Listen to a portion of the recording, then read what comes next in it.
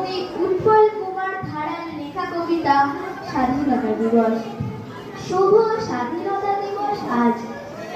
পতাকা উড়ছে পতাকা, তিলতিলাহরি মিলন মেলার সাজ।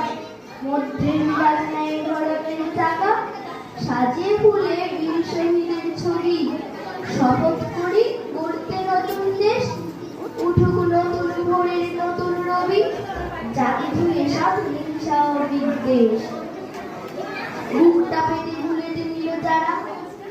দেশকে স্বাধীন করতে জীবন দান করলো বরং ইংরেজদের কারা। আজকে তাদের রাখতে সুসম্মান। ভারত ভূমির একটা মিলন রথে নতুন ভারত করতে সবাই আজ। চলবো সবাই একসাথে একমতে, সবার চেয়ে আজ এটাই মহান কাজ। ধন্যবাদ।